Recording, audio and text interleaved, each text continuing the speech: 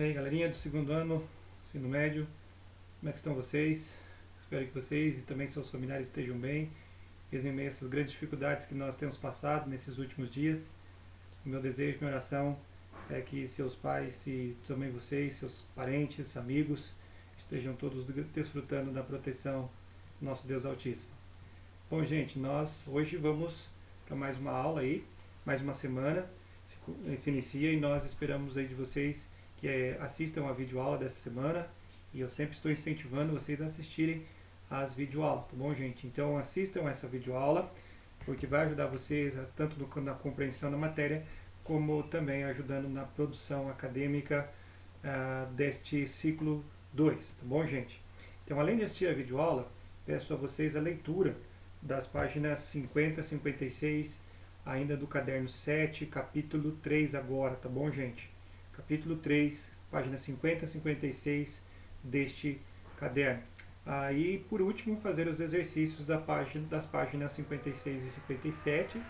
E na quinta-feira eu vou postar a correção dos exercícios para vocês, tá bom, gente? Muito bem, então vamos hoje falar a respeito desse assunto que é um assunto interessantíssimo sobre a expansão comercial dos Estados Unidos da América. Então, nosso objetivo hoje é poder identificar o período histórico e esses fatores que proporcionaram o surgimento dos Estados Unidos como potência capitalista mundial, ok? Então, a gente vai poder perceber isso na formação deste país. E é também analisar os fundamentos teóricos do imperialismo estadunidense, suas etapas de desenvolvimento e as consequências mais notórias. Termos como, por exemplo, Destino Manifesto, Doutrina Monroe, Big Stick, Emenda Platt, são importantes nesse aprendizado. Nós vamos então, como os principais conceitos que você deve aprender, especialmente nessa aula de hoje, é o Destino Manifesto, a Doutrina Monroe e o desenvolvimento do capitalismo estadunidense. Então vamos lá falando sobre este colosso da América do Norte, sendo formado, cujo nome nós conhecemos muito bem, Estados Unidos. Idealizado por muitas pessoas, visto como um país, como sendo um grande paraíso para as pessoas viverem, quando na verdade nós sabemos que existem muitas dificuldades internamente do país. Sim, a economia é forte, produção muito grande, mas outras situações com as quais nós, especialmente estrangeiros, enfrentamos dentro de países como esse são grandes ainda hoje. Então, por isso, é extremamente criticada a presença dos Estados Unidos, a forma como eles atuam nas diversas regiões do mundo, né? Então, só para lembrar vocês que até o início da Primeira Guerra, gente, nós vamos ver aqui os Estados Unidos que depois entre o início da Primeira Guerra Mundial e a sua independência em 1776, ou seja, de 1776 a 1914, eles passam por um período de prosperidade muito grande. Eles começam a crescer. É este o momento, o recorte histórico que nós vamos estudar aqui nessa lição, nesse capítulo 3, né, desde a sua independência até 1914. E nós sabemos que esse momento é um momento de profundo, de grande desenvolvimento comercial, econômico, e também onde os Estados Unidos vai ampliar os seus territórios dentro do território dentro da América do Norte. Tá bom, gente? Então vamos olhar um pouquinho a respeito desse assunto que é tão importante. Essa expansão territorial tem a ver com o que nós vamos estudar hoje aí, né, colocando compras de lugares como, por exemplo, compra de lugares da Rússia, da França, da Espanha, entre outros lugares aí também que houveram guerras de tomada de territórios. Bom, para isso, gente, se valeram então de alguns termos importantes, de algumas ideologias importantes. A primeira delas é a ideologia do Destino Manifesto. Essa ideologia do Destino Manifesto era aquela que dizia que os Estados Unidos foram considerados o povo eleito de Deus para levar um estilo de vida, que é o estilo de vida que eles acreditam ser ideal, ou seja, o deles mesmos, que é um estilo de vida protestante, o estilo de vida religioso e também capitalista para todos aos lugares da América e posteriormente do mundo. Então, eles acreditavam que eles foram divinamente comissionados para levar esse progresso, né, para todos os lugares do mundo. Isso é o que nós chamamos de destino manifesto. A representação mais conhecida do destino manifesto é justamente esta, onde esta mulher, representando a nação estadunidense, está levando energia elétrica, saindo na direção do oeste, levando para da parte leste, saindo do leste, indo para o oeste, levando esse progresso para a parte oeste dos Estados Unidos. E nesse progresso que ela leva, além dos fios da energia elétrica, ela leva também a missão bíblica com a sua mão. Ali ela está levando a Bíblia. E vocês percebem os colonos adentrando a região interior dos Estados Unidos e, consequentemente, também expulsando indígenas, animais que estavam ali, que alguns deles até praticamente em ameaça de extinção. Então vocês percebem que essa era a visão, né, do destino manifesto. Isso foi uma ideologia profundamente mencionada e até hoje por muitos estadunidenses acreditado, né? O CRIDA, eles acreditam que realmente devem continuar divulgando o seu modo de viver, esse progresso para as outras nações, se for necessário até a força, como nós vamos ver mais à frente no Big Stick. Bom, aí também temos a doutrina Monroe. A doutrina Monroe, ela vai ser desenvolvida, você percebe ali, é uma charge, né, falando sobre essa doutrina Monroe, e mostra o líder dos Estados Unidos impedindo a entrada de líderes europeus na América. A placa diz não transpasse ou não ultrapasse. América para os americanos do tio Sam. Então uma charge representa o quê? Depois da Congresso de Viena, a pretensão de recolonização de diversas regiões da América, em especial por Portugal e Espanha, estavam sendo barradas aqui. Os Estados Unidos começam a apoiar essas nações para não permitir que elas se tornem novamente colônias das antigas metrópoles. E por isso ficou o termo de América para os americanos. Certamente que há um interesse econômico dos Estados Unidos nesse sentido, não é só bondade não.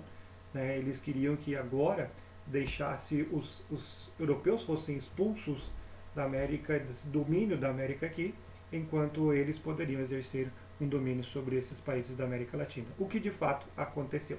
Bom, então, como vai ser então essa expansão dos Estados Unidos? A expansão estadunidense ela começa para o sul, onde eles compram inicialmente a Louisiana da França em 1803, do próprio Napoleão Bonaparte. Eles fazem a compra dessa região e posteriormente também compram a Espanha em 1819. Vários colonos já estavam adentrando em direção ao oeste nos Estados Unidos e fixando-se na região do Texas, que era propriedade mexicana. A população lá já era majoritariamente estadunidense e foi feita uma tentativa de compra da região. O México não aceitou, o que deu início a uma guerra onde os Estados Unidos saiu vitorioso e acabou tomando o México e parte também do norte da Califórnia e Novo México, da região onde antigamente era México. Posteriormente, eles acertam a compra de outros territórios, como parte também do Colorado, Nevada, Wyoming, entre outras localidades que eram mexicanas anteriormente. Então você percebe que essa expansão inicialmente vai para o sul dos estados, da região onde hoje nós estamos nos Estados Unidos. Para o norte, nós temos em 1867 os Estados Unidos vai comprar o Alasca da Rússia por 7 milhões de dólares. Inicialmente essa compra foi muito criticada, pensando que não seria algo lucrativo, mas depois com a descoberta de diversas reservas de riquezas, na verdade, vegetais e minerais na região, fizeram com que realmente esse investimento valesse muito a pena, tornando aquela ocupação extremamente vantajosa para os Estados Unidos. Bom, em outras localidades da América, a influência estadunidense vai se dar especialmente em uma influência econômica e política, excetuando depois, posteriormente, Cuba, em 1898, quando eles vão realmente atuar de forma bem rígida na ilha, tomando conta da região, especialmente por causa da produção de açúcar na região e do tabaco na ilha caribenha. Tá bom? Bom, Na década de 1840, gente, a expansão dos Estados Unidos para o oeste, ela vai se dar conta, vai se tornar cada vez mais real, especialmente pela expansão da malha ferroviária da região ali. Então é interessante que com essa expansão para o oeste, houve também a retração cada vez mais da população indígena. Em 1830, por exemplo, foi assinada a lei da remoção dos índios, onde os índios foram colocados para o oeste do rio Mississippi. E cada vez mais colônias estadunidenses vão ultrapassando esse rio e se impondo sobre os indígenas, praticamente dizimando com essas populações indígenas na região. Né?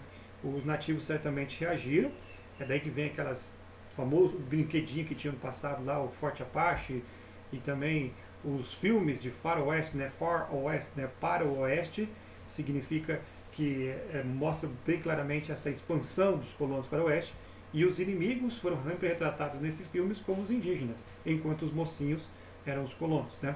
Então, mas os nativos, gente, foram praticamente dizimados porque estavam na sua própria terra.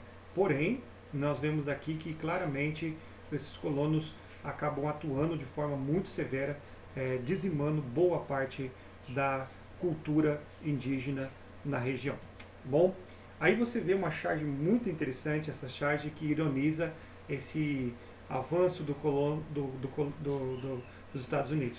Desde 1776, como eu falei para vocês, independência dos Estados Unidos, até uma data sem ainda uma não definida, onde toda essa expansão, esse crescimento iria explodir, causando diversos males para eles também. Então você percebe que essa charge ela mostra claramente essa expansão estadunidense sob domínio em diversas regiões do mundo.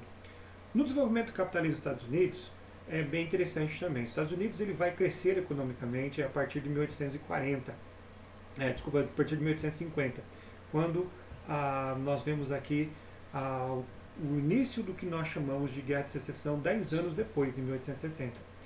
A terminada a Guerra de Secessão, em 1865, os caminhos do capitalismo nos Estados Unidos já estavam bem abertos e já estavam bem estabelecidos. E a produção industrial em 1850 era fortíssima, especialmente nos estados do norte. Esses estados eles eram anti-escravistas, como nós sabemos pela Guerra de Secessão. E eles passam realmente a exercer uma influência muito grande sobre os estados do sul, pedindo assim o fim da escravidão.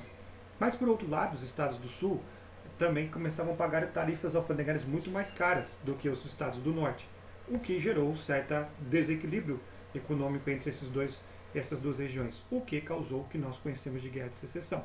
Porém, os Estados Unidos nesse período já estava se desenvolvendo a passos largos no seu capitalismo. Né? Por que então se desenvolveu tão facilmente esse capitalismo nos Estados Unidos? Mesmas razões talvez a gente pode ver no próprio desenvolvimento comercial inglês no capitalismo da Revolução Industrial. Porque já havia um capital para investimento, uma grande reserva de dinheiro, né? Eles estavam crescendo economicamente, a disponibilidade grande de mão de obra existia dentro do território estadunidense, né? E com isso também houve até um incentivo para a vinda de imigrantes europeus em larga escala para os Estados Unidos, vieram poloneses, irlandeses, entre outros, em larga escala para os Estados Unidos e ocuparam inicialmente a parte norte, que era a parte mais industrializada. Bom, e o mercado consumidor, que havia crescido populacionalmente, né? Estados Unidos, para vocês terem ideia, gente, veja só, em 1860, no início da Guerra de Secessão, tinha aproximadamente 31 milhões de habitantes. Em 1900, 40 anos depois, a população estadunidense já era de 75 milhões de habitantes. Então havia um grande mercado consumidor que contribuiu certamente para esse crescimento estadunidense em larga escala. Tá bom? E depois de 1860, os homens ligados a essas atividades industriais e financeiras e já começaram cada vez mais a se desenvolver na parte industrial, né? Deixando o setor agrário e escravista mais para as regiões do sul. E passaram realmente a exercer o controle econômico dos Estados Unidos, especialmente a parte norte dos Estados Unidos. Até hoje, a parte mais industrializada dos Estados Unidos ainda se encontra na parte norte. A região sul também existe muitas indústrias, porém há uma concentração muito grande ainda também de bens da agricultura na região. Bom, bom de 1870 até 1914, a quantidade de energia instalada nas indústrias do país aumentou aproximadamente 2.000%. Dá uma olhadinha nisso, gente, que coisa interessante aí, né? O nível de desenvolvimento industrial dos Estados Unidos também pode ser medido pelo crescimento da sua população, que eu já havia falado para vocês, principalmente avanço de grandes cidades. A cidade de Chicago, por exemplo, entre 1870 e 1900, ela já tinha aproximadamente 300, passou de 300 mil habitantes em 1870 para 1,5 milhão de habitantes até 1914. Era a cidade mais populosa dos Estados Unidos nesse período. Depois, Nova York e Filadélfia começam a crescer assustadoramente também a partir de 1914, ou seja, do início da Primeira Guerra Mundial. Bom, gente, a redução de fabricação do custo da fabricação de mercadorias fez com que eles cada vez mais acumulassem capitais, né, acumulassem mais e mais renda, né. Por que eles conseguiram reduzir esses custos? Porque eles incorporaram novas técnicas de produção e também por causa da ação de organismos de propaganda, né, onde puderam realmente cada vez mais acumular grana, dinheiro, capital e assim se desenvolverem ainda mais. E isso contribuiu para que eles pudessem realmente se tornar um país cada vez mais vigoroso na sua parte econômica. E o crescimento vertiginoso assusta outras partes do mundo. E os Estados Unidos começam a realmente influenciar outras áreas do mundo, especialmente na sua economia. Bom, e por último, gente, a América Espanhola do século XIX. Os países da América Espanhola a gente já estudou, eles vão se tornando independentes desde 1810, indo até 1830, e com o apoio dos Estados Unidos, que passa a crescer os olhos para que esse mercado de consumidores também se transformasse dele. Mas o processo de libertação em diversas localidades da América Latina tiveram problemas, especialmente porque surgiram algumas lideranças que não estavam interessadas realmente no bem da população, apenas em exercer ainda o seu domínio sobre a região. Então o que acontece? Deixaram de ser dominadas por espanhóis e passaram a ser dominadas por elites locais interessadas apenas nos seus próprios lucros. Algumas dessas elites fizeram alianças com os Estados Unidos e isso fez com que acontecesse o seguinte, né? As camadas populares, facções políticas mais nacionalistas foram cada vez mais se tornando marginalizadas da atuação política. E aí o poder passa a ser exercido justamente por essa elite, né, que iam se revezando no governo com o apoio muitas vezes dos Estados Unidos em determinadas regiões. A dependência econômica vai aumentando especialmente dos Estados Unidos e isso faz com que infelizmente não haja um desenvolvimento muito grande das nações da América Latina. E a América Latina vai se transformando, como ainda hoje é, um modelo econômico extremamente dependente do capital internacional.